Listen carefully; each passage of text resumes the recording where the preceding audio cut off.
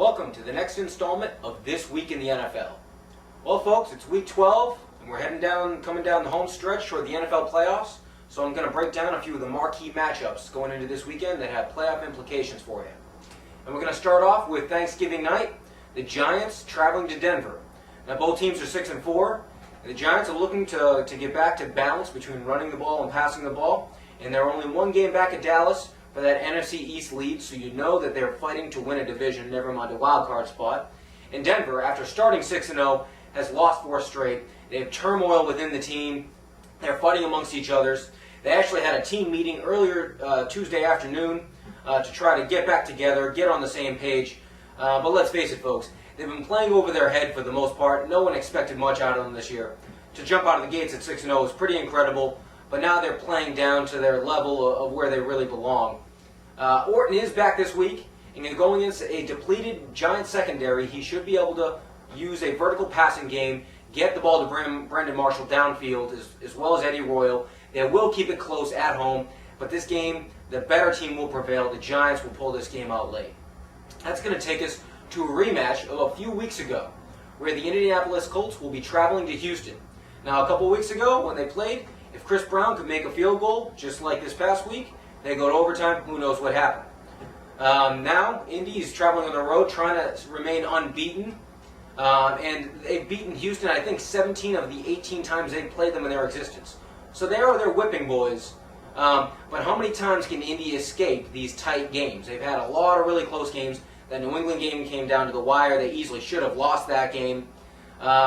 Houston, on the other hand, they've found a way to lose. They're kind of on the other end of that spectrum. They're in every ball game, but they've lost some key games down the stretch in the final minutes.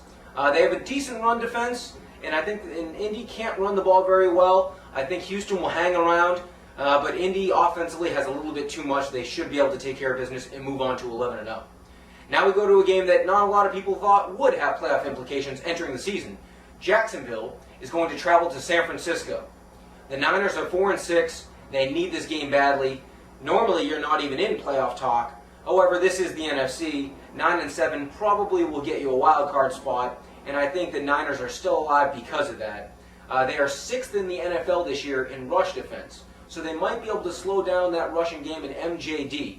And David Garrard on the season this year only has 1 touchdown pass on the road.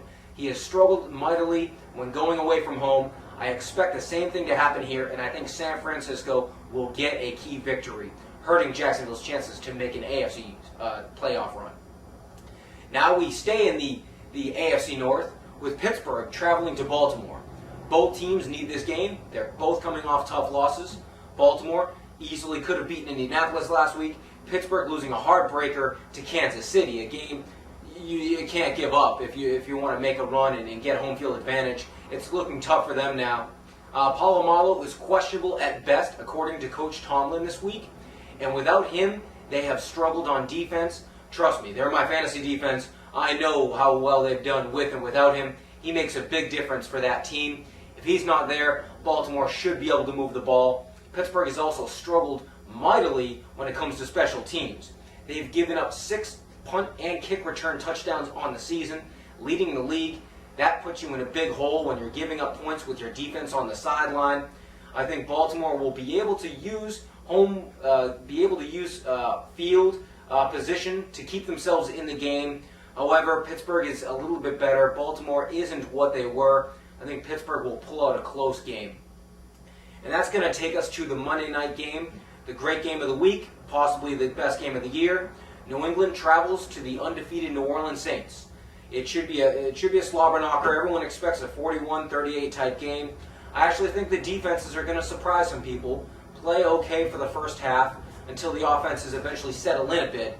New England, although they only have 1 road win, and it was in London against Tampa Bay, they proved 2 weeks ago in Indianapolis that they can win anywhere. They led by 17 with 12 minutes left in that game. They should have won that game. If you can win there, you can win anywhere. So they are not intimidated going into New Orleans. New Orleans, 10-0, has had a lot of really close games. 4 of the last 5 games, they've trailed and had to come back. Barely beat St. Louis a couple weeks ago. Just like Indy, how many times can they really escape these tight ball games?